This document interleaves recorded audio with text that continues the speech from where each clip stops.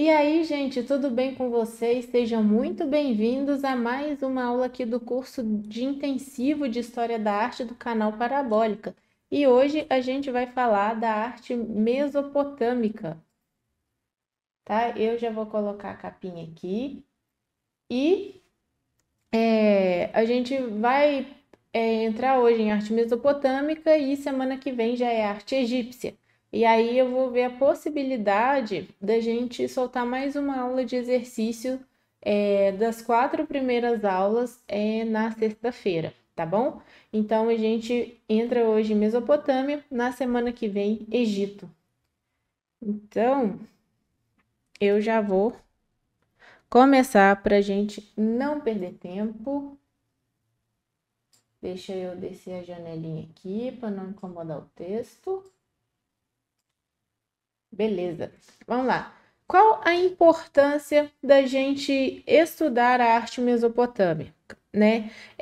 Para começar, a gente primeiro tem que entender, igual eu sempre falo, o contexto histórico em que a Mesopotâmia está inserida, né? Para a gente entender essa importância e como foi se desenvolvendo a arte da Mesopotâmia e por que ela é importante da gente se entender.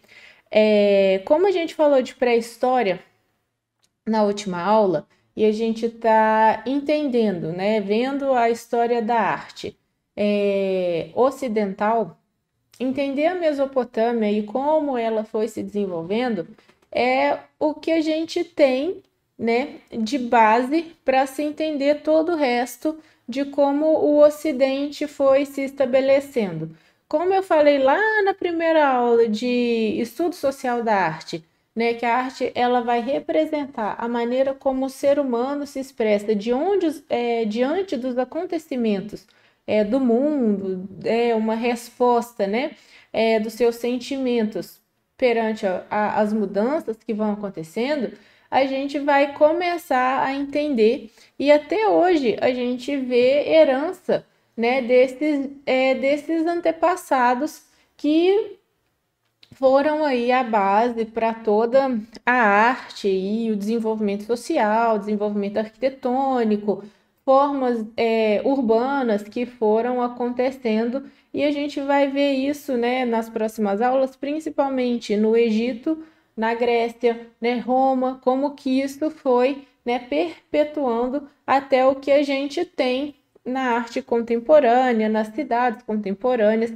porque como a gente tem, né, a gente vai ver lá em arte contemporânea os movimentos de artes urbanos, se algum momento aparecer em alguma prova, seja o Enem ou outro vestibular, alguma relação, né, dessas artes antigas, né, principalmente mesopotâmica, egípcia, com a arte urbana que tem hoje, a gente pode falar, né, dizer desta herança parental, né, parietal, desculpa, que é a questão de se fazer arte em paredes, né, principalmente para expor, né, externar toda essa questão que a gente tem, né, de, digamos que, sensibilidade com relação a esses acontecimentos, né? Vamos fazer uma analogia aqui. Enquanto lá na Mesopotâmia a gente vai ver que os templos, né, também no Egito, a arte precisava da cidade para acontecer, a gente precisava dos templos, das paredes, e tudo tinha ali um culto a um deus, né? Na Grécia a gente vai ver isso também. Na arte urbana contemporânea, a gente tem nas paredes das nossas cidades as pessoas colocando aquilo que elas sentem, as revoltas, ou ela quer deixar um meio urbano que é muito cinza, mais colorido, ela quer embelezar aquilo, ela quer colocar as frustrações, ou ela pode simplesmente ser um meio de autoafirmação de uma população que está ali, ela precisa ser vista, ela merece ser vista. Então, assim, mudam as estações, mas digamos que praticamente o ser humano ele vai replicando aquilo que está dentro dele, né? De formas e maneiras diferentes. Igual eu falei na aula de pré-história, a gente nunca deve dizer que tem uma evolução de algo primitivo para algo melhor, mais bonito e mais refinado, né? São maneiras diferentes de interpretar o mundo e de externar esses pontos de vista com relação à realidade, né? Então, qual a importância da gente entender a Mesopotâmia? Vem, primeiramente, né, do entendimento sobre o desenvolvimento arquitetônico e urbanístico, né, de como se criar cidades irrigadas no meio de planícies arenosas, né, que hoje constitui o Iraque.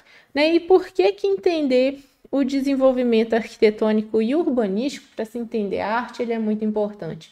Porque a arquitetura, né, ou as cidades, digamos que os achados arqueológicos de cidades, eles dizem muito de uma estética, né, que foi colocada ali e que está muito ligada com o que era produzido artisticamente e culturalmente, né? Dentro do estudo das belas artes, né, das artes plásticas, a gente tem arquitetura, escultura, pintura, né? Então a arquitetura está ali, né, para também entender o contexto, até porque a gente precisava de monumentos urbanísticos, né, de monumentos arquitetônicos, para que essa arte acontecesse. E justamente os povos mesopotâmicos, eles foram, né, os primeiros a criar cidades irrigadas, né? Então isso também vai dando aí para nós um conhecimento de como que essa questão urbana ela foi se desenvolvendo, uma questão antropológica, social, como que essas bases urbanas, como que a humanidade em si foi desenvolvendo, né, passando de povos que eram nômades para povos fixos vivendo em cidades. Então, nós temos que em 3.000 anos antes de Cristo, os sumérios, né, que foram aí os primeiros habitantes da região, eles começaram a dominar técnicas de irrigação e controle do fluxo de água, né, entre os rios Tigre e Eufrates. Então, eu coloquei um mapa aqui, ó, mostrando onde que era a região aproximada ali da Mesopotâmia, e essas linhas aqui são os limites dos países atuais. Eles inventaram a cidade-estado, a religião formal, a escrita, né, as leis e muito da arquitetura que se tem hoje. Mesmo que nós tenhamos, né, em outras comunidades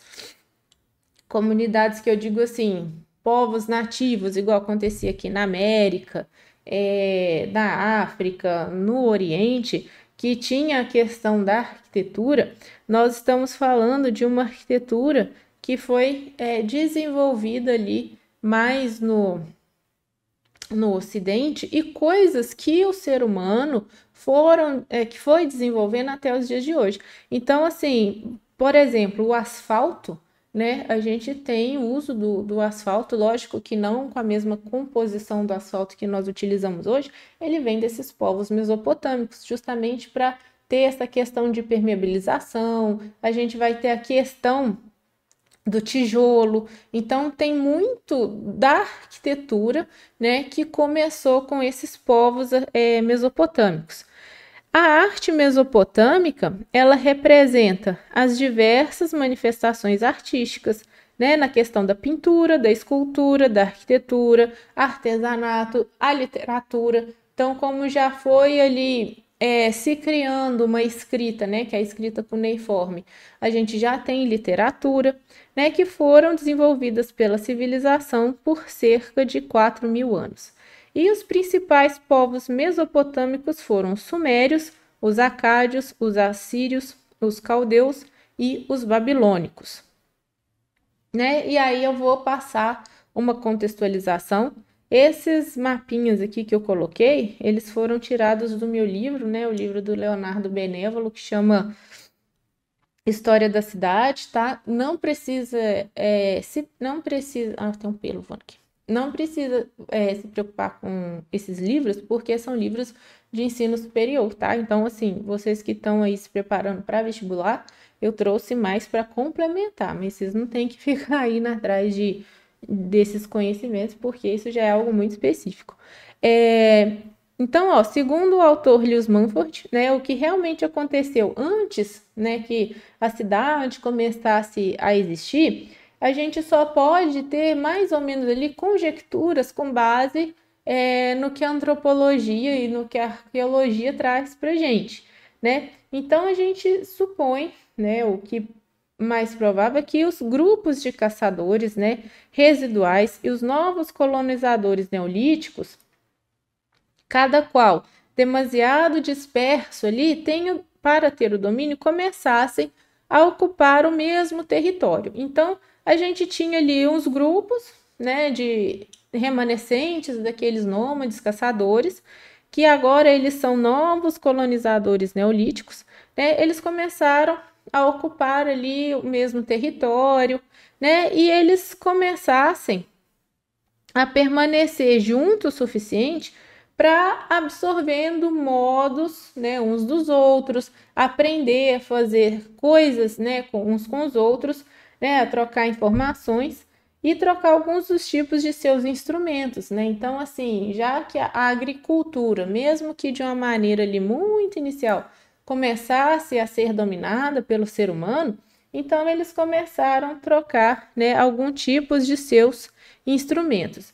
E aí, como acontece em determinadas relações, né, a gente começa a ver, ó, o uso da força, né? O grupo que começa a usar da força de forma dominante começa a ser, digamos que, o líder, né? Porque a gente começa a ver pela sociologia, pela antropologia, né, e várias observações que todos esses grupos, né, e a gente vai ver lá na filosofia vários filósofos falando disso, né, da organização. A gente vai ter, né, o uso da força para estipular um líder para comandar, né, todo esse grupo.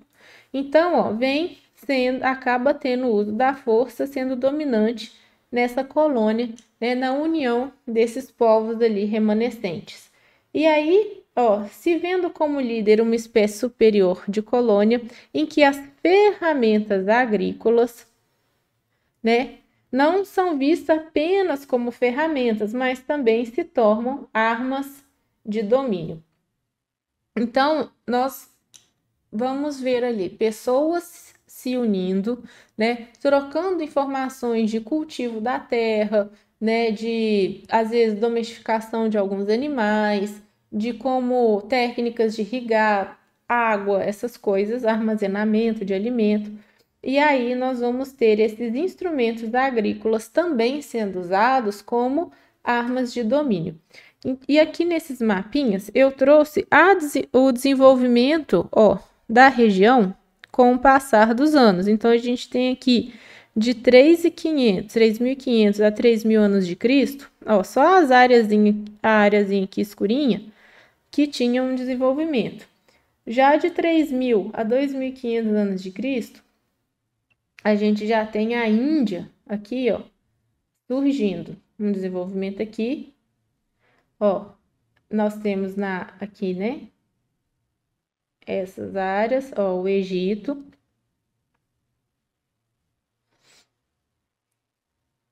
E aqui, ó, já em 2.000 e 1.500 anos de Cristo, olha quem que aparece aqui, ó. A Índia tá maior e a China também já começa a ter um desenvolvimento urbano, né? Urbano no sentido de civilização bem acentuado. E aqui, ó, e a Espanha, na região aqui da Espanha, ó, deixa eu ver aqui, ó, começa a aparecer de 2.500 a 2.000 anos antes de Cristo, tá? Então, né, diante desse contexto, a cidade ela vai começar a se formar quando indústrias e serviços, mas eu vou abrir um adendo aqui, que indústria, né, no sentido que o Lewis Mumford coloca, não é indústria igual a gente tem lá na Revolução Industrial, tá? A gente tem indústria aqui no sentido de ser pessoas produzindo coisas que estão fora da agricultura. Então, a gente vai ter os pequenos artesãos, os artesãos, já produzindo sapato, roupas, às vezes alguma estatueta de algum deus, coisas que não vêm da terra, tá? E serviços são oferecidos por pessoas, que não cultivam a terra, mas por outras, né, que não têm obrigação e que são mantidas pelas primeiras. Então, essas pessoas que oferecem serviço, elas são mantidas pelas pessoas que cultivam a terra, né? Porque elas vão dar o sustento e o alimento para que essas pessoas possam produzir, e essas pessoas que produzem coisas para essas pessoas que trabalham na terra. Também vão ser sapato, roupa, ferramenta, arma, tá bom? Então, é uma troca. E elas são mantidas pelas primeiras e vivem também com o excedente do produto local, né? Então, assim, vai nascer o contraste de dois grupos sociais, né? Então, a partir do momento que já tem o estabelecimento dessa cidade, já tem pessoas produzindo coisas que não depende só, que não é produção agrícola, né? Nós vamos ter serviços e produtos. E aí a gente vai ter o quê? A divisão de dois grupos sociais, né? Que são os dominantes e os subalternos, né? Porém, ao mesmo tempo, as indústrias de serviços podem se desenvolver por meio da especialização e agricultura por meio dos instrumentos produzidos pela indústria. É o que eu falei, é uma troca, né? Quem está na agricultura oferece alimento para quem trabalha na cidade, quem trabalha na cidade vai oferecer os produtos para quem trabalha na agricultura. E aí a cidade, ela vai encontrar aí um cenário perfeito para que ela possa ir se desenvolvendo sozinha, né? Por quê? Eu tenho pessoas que cultivam alimentos e eu tenho pessoas que oferecem instrumento para quem, né, para quem está ali produzindo alimento.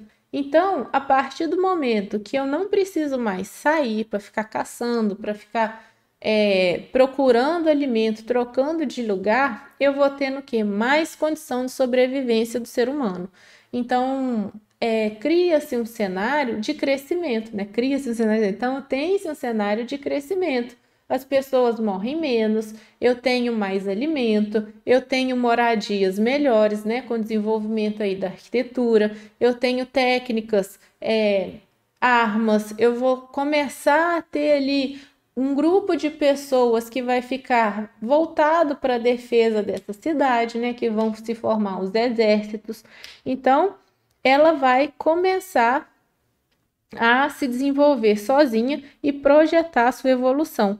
E aí a gente tem, um cenário da nova economia, né, que é o aumento de produção agrícola, é o que eu acabei de falar, concentração de excedente nas cidades. Então, eu tenho menos escassez de alimento, porque já que eu tenho pessoas que trabalham só na agricultura, eu tenho irrigação, eu vou ter o quê? Excedente de alimentos na época de escassez. Logo, vai morrer menos gente, né? Aumento da população e de produtos pelo domínio técnico, e militar da cidade sobre o campo, beleza? Então, com isso, eu vou ter o que com o passar do tempo? O aumento, né, das civilizações. As pessoas vão se tornando cada vez mais, digamos que, urbanas.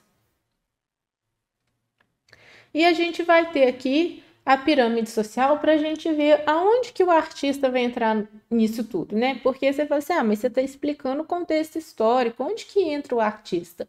O artista agora vai ser o artesão. Então, a gente vai ter o rei, os chefes militares, os sacerdotes, né? Que a gente ainda tem uma população muito liderada pela questão religiosa, mística dos deuses, né? Os escribas, que estão no mesmo patamar dos artesãos, eu tenho que ver como fala artesão no plural, eu esqueci, Full Master HD. E aqui, na base da pirâmide, a gente vai ter os guerreiros, os caçadores e os agricultores. Então, vamos lá. A Mesopotâmia, isso aqui é de um outro livro meu, tá? Um mapinha que eu achei ele bem explicativo, porque ele mostra as principais cidades aí da Mesopotâmia. É a região, né, meso, entre os rios, né, compreendida entre os rios Tigre e Eufrates, né, e hoje é o Iraque, né, no crescente fértil.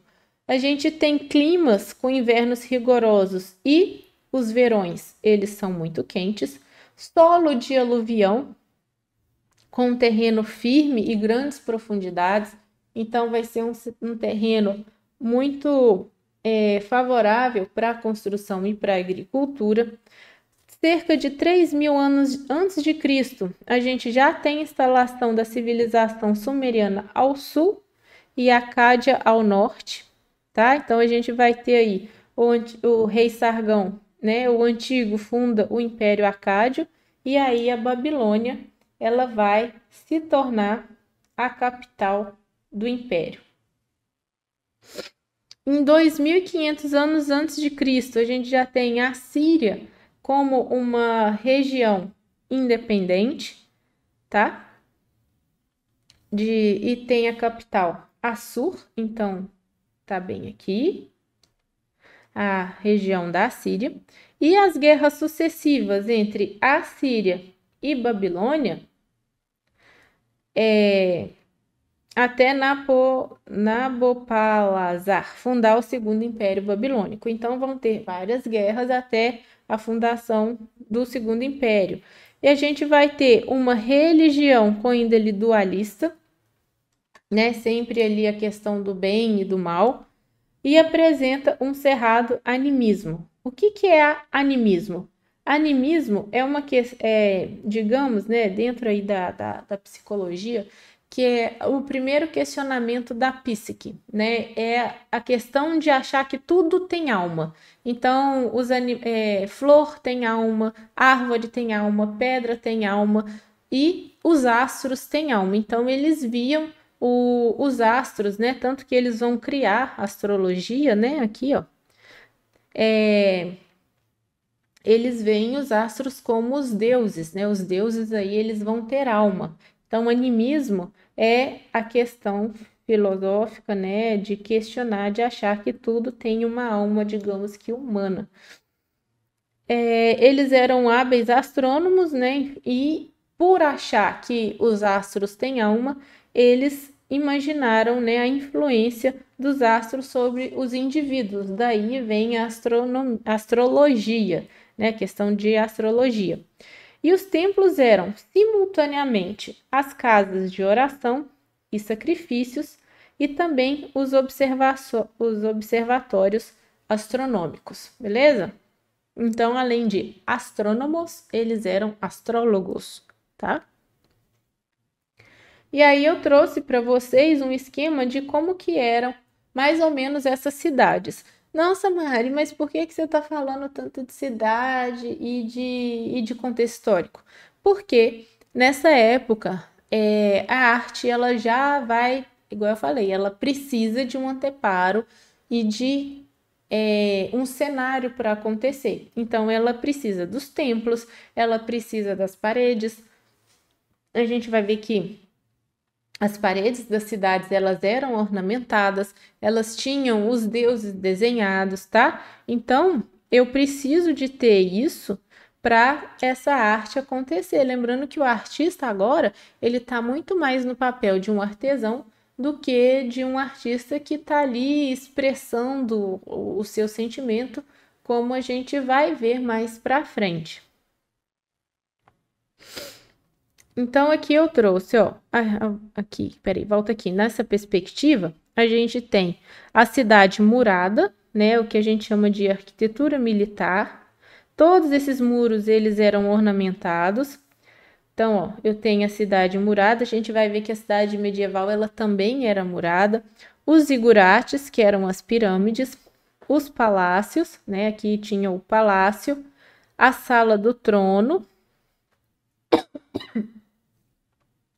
O portão da cidade, né, que era chamada de cidadela. Então, a gente tem aqui vários portões, aqui o portão A, aqui o portão B. a entrada do palácio e aqui tem o templo de Nabu. Aqui era a cidade do rei Sargão. Aqui é a planta, tá? Vista de cima, ó. Portão B, portão A, o muro, o zigurate, residência. Ó, a cidade era toda murada, tá? Ó, outro palácio aqui. Aqui era a rampa, que era o acesso ao palácio de Sargão. E a sala do trono. E aqui eu tinha mais templos. Então, vamos lá, ó. Segundo a autora Carol Strickland, os mesopotâmicos foram os primeiros urbanistas. Sim, eles começaram a construir as cidades, mais ou menos ali nos modelos que a gente vai ver as cidades do Egito, né? Essa herança de murar a cidade vai permanecer até a Idade Média, enfim. Construíram com tijolo seco, como bloco básico, cidades organizadas, complexas, ao redor do templo. Armazéns, para armazenamento de excedente de produção agrícola, oficinas e zonas comerciais. Então, a gente já tem comércio. Assim, por ser funcional, essa estrutura urbana foi utilizada por vários povos e civilizações seguinte, o que eu acabei de falar. Então, a gente vai ver esse modelo de cidade perpetuando aí por muitos e muitos anos. Se a gente for fazer uma analogia aí, mais ou menos, essa questão, a gente tem um palácio bem no centro. Gente, é muito engraçado quando a gente estuda esses desenvolvimentos, a gente vai vendo a evolução da humanidade. Quando a gente pega, vamos supor, uma cidadezinha aqui do interior, bem antiga, que a gente tem aquela questão da igreja no meio, né? Aí tem prefeitura, aí tem as casas, aí tem a praça no meio, mais comércio e não sei o que. Aqui, um pouquinho a igreja. De onde que vem essa estrutura urbana? Vem lá de trás. Então, assim, tudo que a gente vê como desenvolvimento, o ser humano vai replicando e adaptando aquilo para a sua realidade, tá bom? Então, por que que é importante a gente entender o passado? Para a gente compreender o que acontece no presente e se precaver para coisas que podem acontecer no futuro, beleza? Então, por isso, quando eu falo assim, foi utilizada por vários povos porque foi funcional, funcionou, beleza? Outra discussão que envolve a cultura artística da Mesopotâmia é a forma, né, piramidal. A forma piramidal a gente vai encontrar ela em várias civilizações. A gente tem ela no Egito, civilização aqui da América Latina. Por quê? Porque, digamos que ela era mais fácil de se construir do que outras formas geométricas, tá? Pois essa é recorrente em diversas culturas ao longo da história, né? Sendo que muitos acreditavam que essa própria estrutura piramidal ela possuía poderes mágicos. Na Mesopotâmia, elas eram os zigurates, né? Que é a torre em forma de pirâmide, as quais possuíam grandes alturas a fim de alcançarem o céu, pois eles acreditavam que os deuses habitavam as alturas. Lembra quando eu falei lá do animismo? Como eles acreditavam que os astros possuíam alma, né? Eles faziam essas torres altas, né, para que eles pudessem chegar até os deuses. Então tem muito a ver com essa questão religiosa. Tá vendo como que as crenças influenciam naquilo que é construído? Né? Por que que as igrejas lá da Idade Média eram tão altas, né? Tão fazendo você sentir numa escala muito pequena? Não era uma época de medo que o ser humano ele era pecador, ele era pequeno, Deus era o centro do universo? Então, com base naquilo, na crença, essa forma de arquitetura foi construída. Então, tudo na arte, em termos de criação, tem a ver com a crença daquele que está fazendo e do contexto que envolve o artista, né? A gente viu isso lá na primeira aula. Então, aqui, nós temos como construção, a forma piramidal, tá? E os blocos de argila.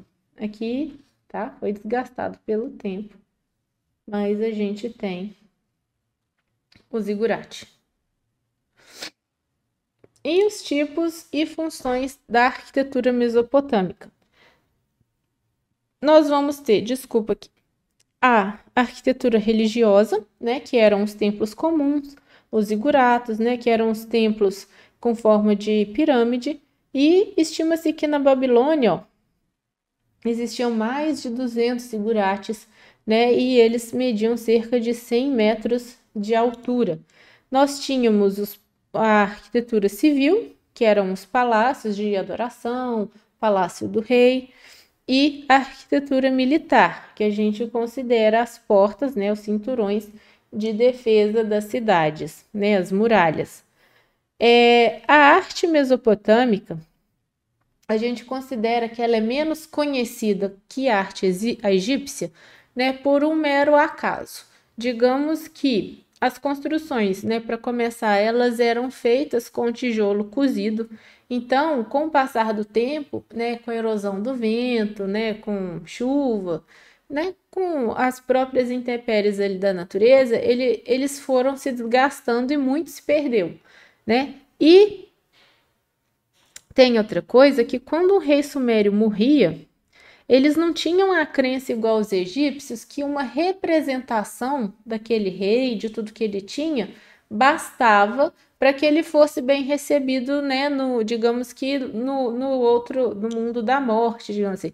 Então, tudo que o rei tinha era enterrado junto com ele, né, escravo, família. Então, matava todo mundo junto, enterrava obra de arte, tudo que ele tinha era enterrado, né? Então, acaba que isso foi se acabando ao longo do tempo, se perdeu, né? No Egito, eles acreditavam que tinha um processo de mumificação e depois uma pintura na parede representando tudo que aquele faraó tinha, já era o suficiente para ele chegar bem lá no mundo, no outro lado, né, da vida. E aqui não, matava todo mundo, enterrava, então acaba que isso se perdeu, né, muito se perdeu ao longo do tempo, né, justamente, né, com essa crença que eles tinham para que nada faltasse, né, ao rei quando ele chegasse do outro lado, do mundo da morte. E o que a gente tinha de material? Pedra, madeira, argila, betume e os tijolos que eram construídos, tá? Aqui é o zigurate de Ur, né? Isso aqui imenso. E diferente, por exemplo, das pirâmides do Egito, que eram feitos lá de pedra, olha só, esse aqui era feito de tijolos, tá bom? Aqui são alguns dos sistemas estruturais que eles já utilizavam, ó, eles já conseguiam construir em arcos, tá? E eles não construíam fundação, tá bom? Eles já construíam em cima do terreno. Ó, essa parede, ela acaba aqui, né? Digamos, eu acho que isso aqui tá com bem cara de ser um pilar, mas na época não tinha os sistemas que a gente tem hoje. Ó, digamos que essa base esteja apoiada aqui. Não tem fundação para dentro do terreno. Então, chegava e construía. E uma curiosidade, né, o que eu falei do asfalto. Os povos da Mesopotâmia, eles já utilizavam asfalto na formulação de tintas e verniz, justamente para ter essa questão da impermeabilização. E os mesopotâmicos, a gente vai ver ainda a questão do vidro. Eles utilizavam já o vidro, né, para vitrificar as artes que eles faziam nos muros e nas paredes, tá? Então, eles já utilizavam o asfalto, igual eu falei, não é o mesmo asfalto que nós temos, mas já era um asfalto, na formulação de tintas, vernizes, argamassas, ó, impermeabilizantes para construção e até como medicamento. Esses primeiros asfaltos, eles ocorriam na natureza, né, e eles eram prontamente utilizáveis. Esse asfalto mole, hoje conhecido como asfalto natural, pode ser encontrado em depósitos na ilha de Trindade, Lago Bermudes, na Venezuela, e extensas ocorrências de areias alcatronadas, né, no oeste do Canadá. Também aparecem incrustados em poros de rocha, denominadas rochas asfálticas, né? Que é a gilsonita e a asfaltita. Tá bom? Isso eu trouxe mais como curiosidade para a gente entender como que essa civilização foi importante para muito do que a gente tem hoje. E agora sim, falando da arte mesopotâmica, nós temos a questão, né? Uma das características mais importantes, a monumentalidade. Então, como eles faziam muito dessa arte para fazer uma referência aos deuses, às crenças que eles tinham, né? Então, muitas dessas artes vão ser monumentais, até por conta dessa arquitetura de se chegar aos céus. Então, tudo era muito monumental. Dominância de cheios sobre vazios. Então, a gente vai ter a questão, né? Aqui eu até trouxe aqui, ó, questão do baixo relevo e alto relevo. Qual que é a diferença? Ó, vamos supor que aqui eu tenho uma placa de pedra. Mais ou menos da mesma espessura. O baixo relevo, eu não chego né? Ela tem no máximo, né? Dividindo aqui, 1/3 dessa medida. Então, é como se eu tivesse uma estela, né? Uma gravura baixinha aqui. Alto relevo é quando eu tenho mais ou menos da metade até uma vez essa medida. Então, eu vou ter uma figura, né, bem maior projetando para frente dessa placa, tá bom? Um exemplo de baixo relevo que vocês têm aí é tipo aquele desenho de moeda, sabe? A moeda, aquela gravura da moeda é um baixo relevo, porque é só um relevo bem sutil. Já o alto relevo, ele é quase uma escultura que sai para fora da superfície. Tá bom? A gente tem policromia, então nós vamos ter o uso de várias cores, realmente eram bem coloridas. A questão da simetria, né? Baixo relevo e alto relevo, né? Relevo de grande teor artístico, então a gente vai ter muitos detalhes nessas gravuras, né? Nas estelas. A temática decorativa, com animais ferozes, caçadas, combates e deuses alados, então tudo ligado a questão da religião, dos feitos de guerra, das vitórias, né? Vitórias e caçadas relacionadas ao rei, tá bom? Cobertura plana, abundantemente ajardinada, então nós vamos ter aí jardins, colunas e meias colunas dispostas verticalmente, touros monolíticos, né? A gente vai ter essa questão de touro, dos androcéfalos, né, com 5 pernas, eles tinham esse costume de fazer esses touros como proteção, é como se fosse a esfinge, né? De lado, eu vou desenhar aqui mais ou menos, tá? Em forma de quadradinho. De lado, quando você olha, esse touro tem 4 patas. E quando você vê essa mesma figura de frente, ela vai ter mais uma pata aqui. Então, a outra pata tá aqui paralela a essa aqui, ó. Então, geralmente a gente chama de touro de 5 patas. Por quê? Quando você olha ele de lado, lateralmente, ele dá a impressão de que está em movimento. Quando você olha frontalmente aqui, ó, a impressão de que ele está parado.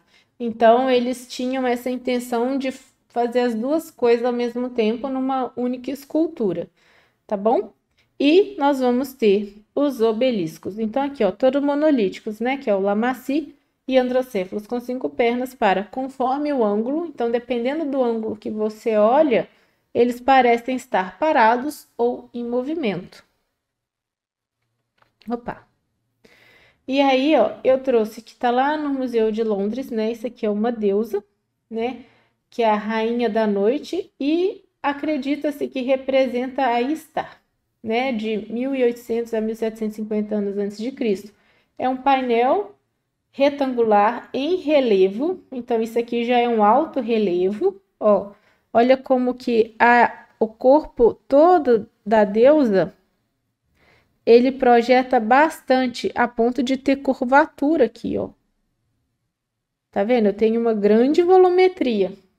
Muitos detalhes, eu ainda tenho ela aqui em primeiro plano e eu ainda tenho esse outro ser mitológico aqui em segundo plano. Então, isso é um alto relevo, tá bom? É de barro cozido e liga de palha, né? Então, ele tem uma altura de 49,5 centímetros e largura de 37. Então, ele é pequeno, tá? Ele deve ser mais ou menos assim. Espessura de 4 centímetros e 80. Então, deve ter mais ou menos essa espessura. E ainda assim, mesmo sendo uma peça relativamente pequena, ela é em alto relevo, ó.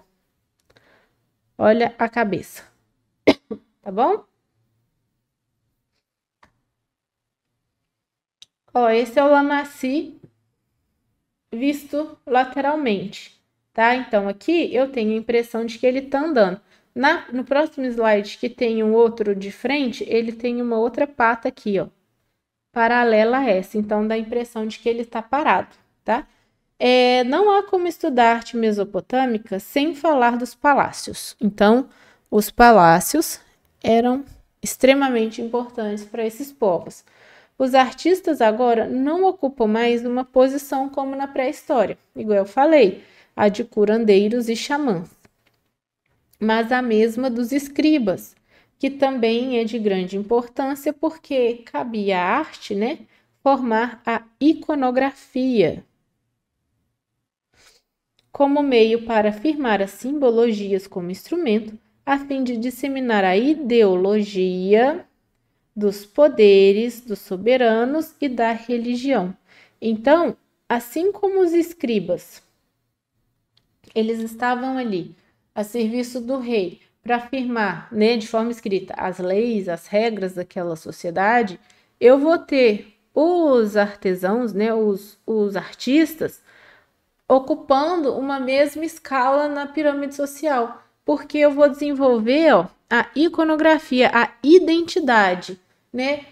Como que eu vou colocar a religião, os personagens mitológicos, tudo que envolve e que dá poder àquele rei para passar para aquelas pessoas que estão ali abaixo do rei, né? Então, ele vai ter essa importância de, digamos que, como um instrumento de coesão, né? Então, eu vou criar uma identidade, uma iconografia, né, para disseminar essa ideologia de dominação, né? Como não só de dominação, mas também de identidade, né? Para que um povo possa ser coeso, eu preciso ter uma identidade ali que mantém todo mundo junto. O que me identifica com uma pessoa lá da Amazônia, lá do Nordeste, lá do Pará, lá do Mato Grosso, eu sou de Minas. Como o mesmo povo que eu, tendo, né, uma cultura diferente, né, porque cada estado também tem a sua cultura, é o fato de nós nos identificarmos como brasileiro, certo? Então, a arte, ela vai ter esse papel na formação de uma cultura, de uma identidade, por meio dessas figuras, né, religiosas, de crença, porque ali todo mundo acreditava até então na mesma coisa, para ter, né, digamos que essa ordem social. Então, ó, aqui, os palácios também revelam muito da crença e dos aspectos culturais da Mesopotâmia. Eram grandes edifícios que ocupavam áreas gigantescas, 1.500 a 1.800 metros quadrados. Tá, esqueci de pôr aqui, ó. Possuíam planta tortuosa a fim de evitar os ataques surpresas. Então, assim, notem que eu já tenho uma preocupação com o planejamento da construção como uma forma de defesa, certo? Eu não queria que eu já tenha ali ataques e guerras acontecendo. Eu não queria que a minha cidade fosse destruída ou que o meu povo fosse morto ou dominado por uma outra para um outro grupo. Então, as pessoas ali já começam a ter essa preocupação de defesa de forma estratégica. Grande riqueza de decoração nas paredes, né, igual eu falei, com policromia, baixo relevo de cerâmica e pinturas. E de acordo com Deus ou com a deusa a quem servia aquele templo. Então, para cada deus, para cada deusa, eles tinham um templo de adoração. Grandes portas, geralmente decoradas com touros androcéfalos, né, que eram os guardiões aí dos palácios e ofereciam a proteção. Ó, aqui é o touro alado, né, do Palácio do Sargão II, em Khorsabad, né, os pormenores geometrizados das barbas, aqui, ó, do cabelo e asas atestam a estilização da arte assíria, né? Então, ó, todas essas formas geométricas, elas estão aí, né, atestando como que eles eram cuidadosos e como tinha essa questão da estética. Lembra lá na aula de arte pré-histórica que eu falei que deu um salto a partir do momento que os grupos, né, que você tem um grupo humano que produzia, que retratava somente figuras da natureza, os animais, tudo que eles viam, e eles já começam a fazer linhas e formas geométricas, né? Ah, por que que isso é importante? Porque isso vai vir aqui, ó. Agora, lembra, é um passinho de cada vez, né? Olha como que essas linhas já são paralelas, ó. Olha esses adornos, como eles são simétricos, eles são bem iguais, bem paralelos, muito bem dispostos, né? Quando a gente vê essa figura aqui de frente, ó, olha a simetria. Tá vendo? Então, quando a gente fala que as formas geométricas, elas já começam a ser feitas na história da arte, isso já é um salto, tá bom? Olha aqui, ó. Lembra daqueles vasos que eu mostrei que tinham umas linhas assim e outras assim, ó? Linhas paralelas. Olha o desenho dessas plumas. Tá vendo? Lembra, é um passinho de cada vez. Não é assim, hoje eu faço isso, amanhã o povo já acorda fazendo diferente. Não. Tem toda a questão da evolução. Tá bom? Olha essa escultura. Tá vendo? Aqui, ó, acho que dá pra ver, ó. Tem uma, duas, três, quatro, a outra pata tá ali atrás. Então, eles têm 5 patinhas, tá? Olha essa escultura. A gente já começa a ver aqui, depois a gente vê lá no Egito, a questão de ser lateral, tá bom? E lá no Egito, na aula de Egito, eu vou explicar a questão do olho, que os egípcios faziam o olho olhando para frente, mesmo a figura sendo lateral. Aqui na Mesopotâmia, geralmente nas esculturas, eles deixavam esse olho vazio para colocar uma pedra preciosa dentro. Ó, aqui são as mulheres. Gente, eles levaram toda essa muralha para um museu, tá? Esse museu é o Museu de Berlim, na Alemanha, tá? Então, isso aqui tá em tamanho real, que eles reconstruíram lá. As muralhas também eram detalhadamente decoradas de acordo com a mitologia. Na cidade da Babilônia, as cidades tiveram projetos de decoração com touros e dragões. Então, aqui são os touros e aqui são os dragões. Lembra que eu falei que eles já tinham domínio da vitrificação? Todos esses adornos aqui são vitrificados, tá bom?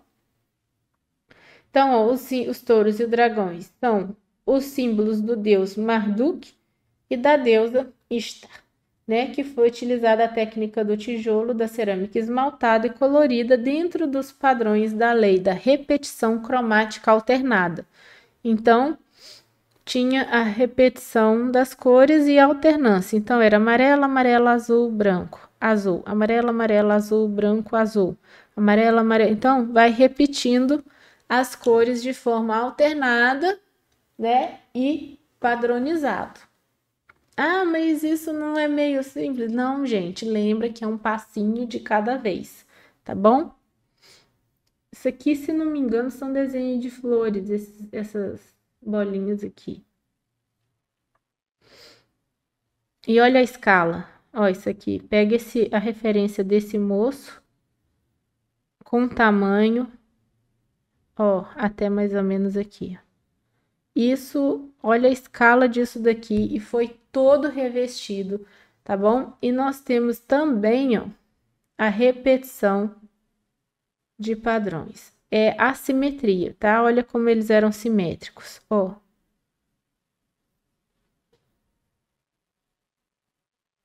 Aqui é uma vista de frente do mesmo portal. Aqui são os dragões e aqui são os touros, ó. Olha aqui a florzinha, é uma margarida, ó. Tá vendo? E repetição. Então, olha como a gente tem a evolução do desenho das cavernas, né?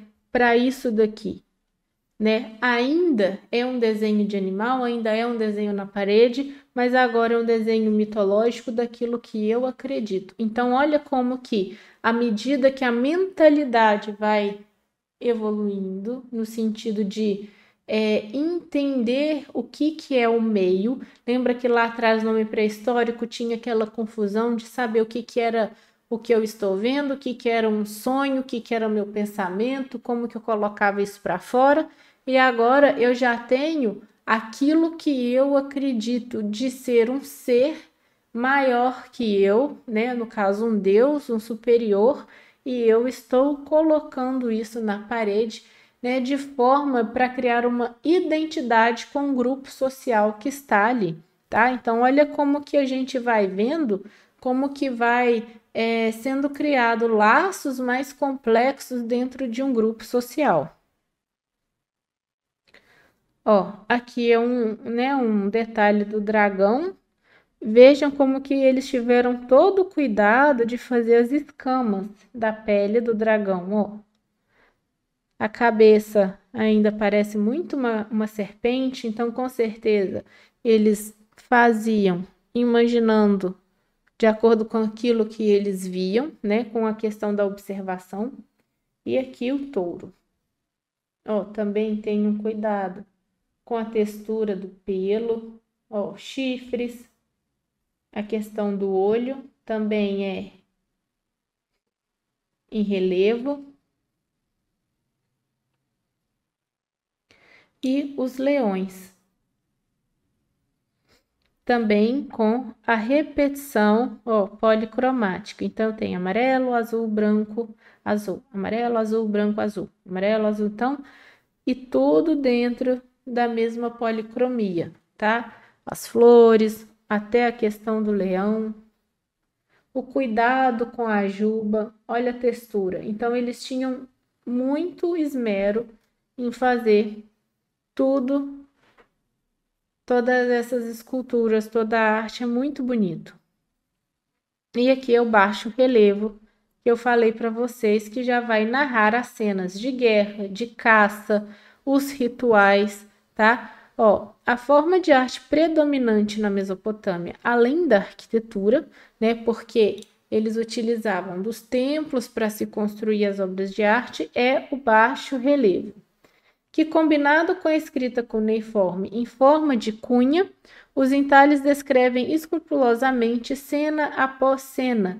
Lembra que eu falei que lá na caverna de Altamira já se tinha uma preocupação em retratar a arte, as cenas, né, em sequência?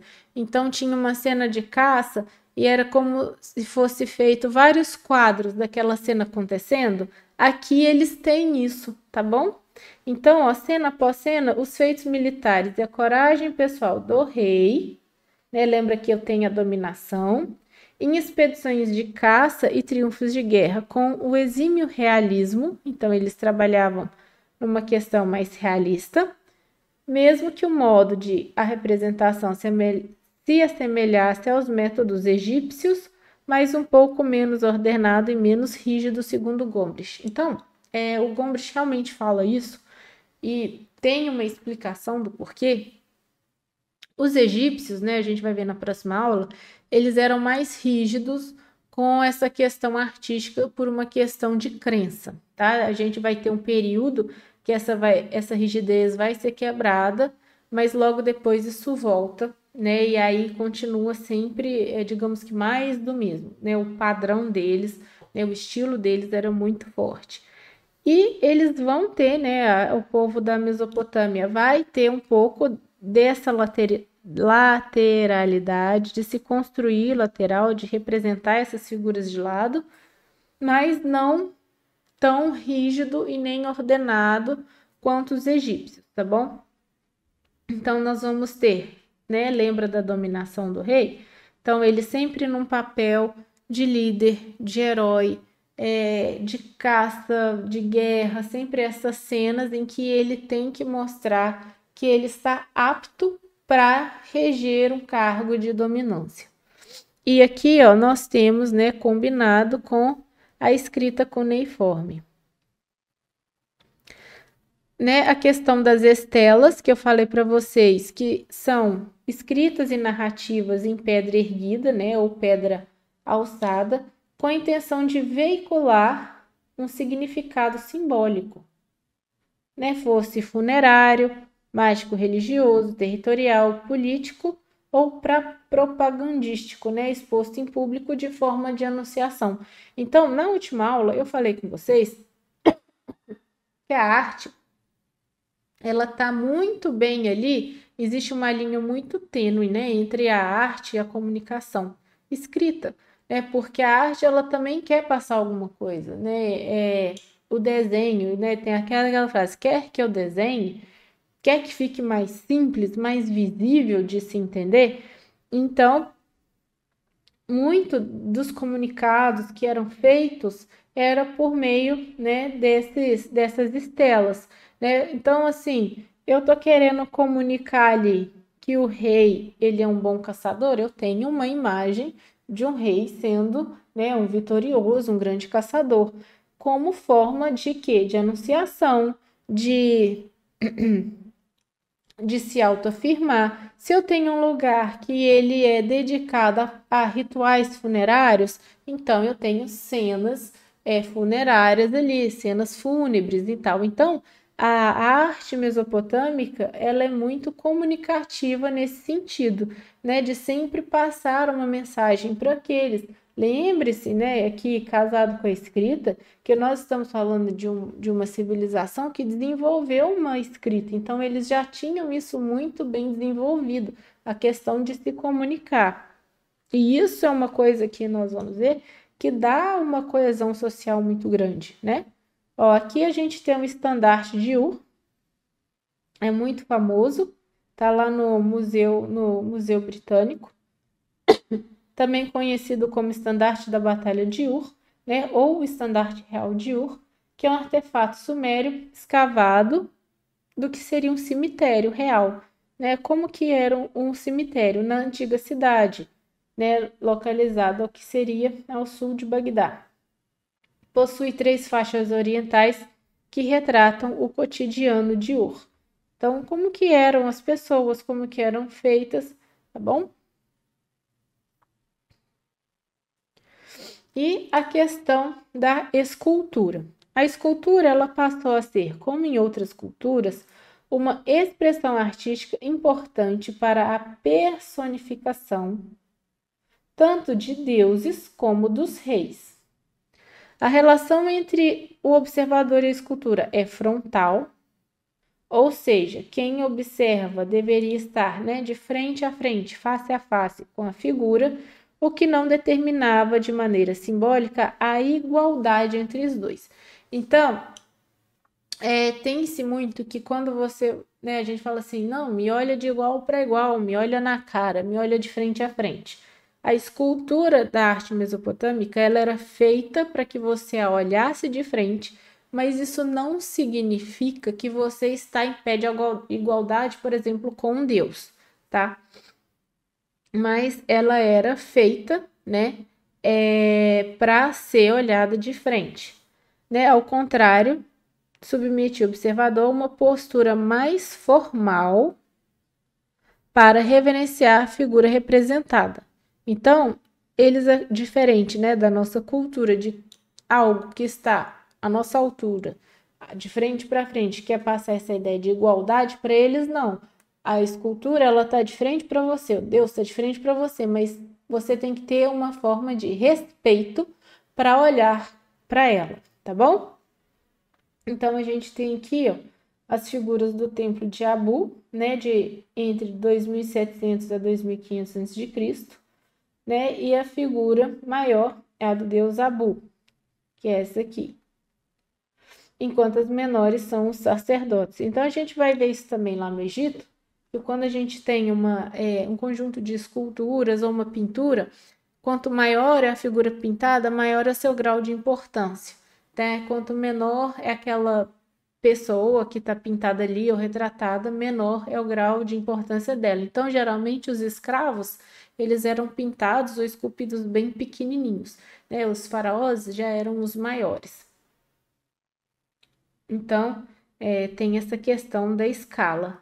Ó, a crença era de que essas estátuas, excetuando a dedicada à divindade, estavam ali para representar os fiéis. Então, além, né, de representar o Deus, eles também representavam os fiéis que estavam ali. Desculpa, minha garganta está irritada esses dias, né? Referenciando a divindade. E aqui a gente pode destacar a cabeça de bronze de um soberano acadiano encontrado em Nínive, né? E, igual eu falei, mesmo eles tendo os olhos vazados aqui, ó, eles eram preenchidos com pedras preciosas, tá? E com o passar do tempo, né, com as descobertas, as pessoas foram infelizmente roubando esses achados. Apesar de ter os olhos vazados, antes incrustados de materiais preciosos, conservam um ar majestoso de comovedora humanidade. Igualmente admirável a riqueza do enquadramento do rosto. Então, se a gente for perceber e traçar aqui aquelas escalas de proporção, nossa, minha linha aqui ficou bem torta. É o que ele está falando de enquadramento. A gente tem a questão da simetria, ó, e como a gente consegue dividir, né, isso aqui, cada pedaço dentro de um quadrante, tá? Sabe quando a gente vai tirar foto no Instagram que aparece aquela grade? Aquilo é pra gente fazer o enquadramento bem certinho. Então, eles já tinham essa questão muito bem desenvolvida. Olha a simetria. Olha a proporção dessa cabeça. A questão dos detalhes, ó. Tá? A gente tem aqui o nariz, questão de proporção de nariz e de olho, de espaçamento, ó. Aqui devia ser o outro olho, né? Tá bom? Então, eles já tinham muito bem trabalhado essa questão das proporções de medida, tá? O cabelo entrelaçado e a barba finamente encaracolada são tratados com incrível precisão. Então, olha esse aqui, ó. Era para ser uma barba cacheada. Ó, olha o tanto de detalhe. Sem, no entanto, perder seu caráter orgânico e nem majestade, com uma segurança que denota autêntica maestria. Então, olha isso aqui. Gente, é muito bonito, é muito bem feito. Ó, os detalhes do cabelo, da nuca, dos lábios, ó. Eles fazem uma micro superfície para ponto de luz. É muito bem feito, tá? É um retrato à altura das maiores obras de arte de qualquer época. Expressões da tendência para a estilização e para a geometrização, tá? Então, nós vamos ter essa estilização e essa geometrização muito seguida por outras gerações que vão vir. E, para finalizar, a gente tem que a civilização suméria ela é responsável por um significativo desenvolvimento da escrita, que nas primeiras formas que se tem notícia era feita por meio de desenhos, né, nos quais a ideia do significado e do significante confundiam-se. A escrita sumérica, né, ela era silábica, né, bem próxima do que a gente tem hoje, e era uma escrita que continha mais de 700 sinais, feitas com peças de argila que eram cozidas para preservação. Não são obras de arte, tá? Então, esses painéis só com escrita, eles não são considerados obra de arte, mas têm um incomensurável valor histórico como registros que contribuíram de maneira decisiva para o entendimento da cultura mesopotâmica, tá? Porque muitos deles não são obra de arte, porque muitos deles eram mais informativos para eles do que necessariamente tipo uma literatura, tá? Então, eles não são vistos como obras de arte, lógico que estão expostos em museus, né, como uma forma de documentação de achado de extrema importância, mas já não são considerados obras de arte, sim, a escultura, pintura e arquitetura, tá bom? Eu acho que essa aula... Ui! Ai, cadê? Então, deixa eu voltar aqui para me despedir de vocês.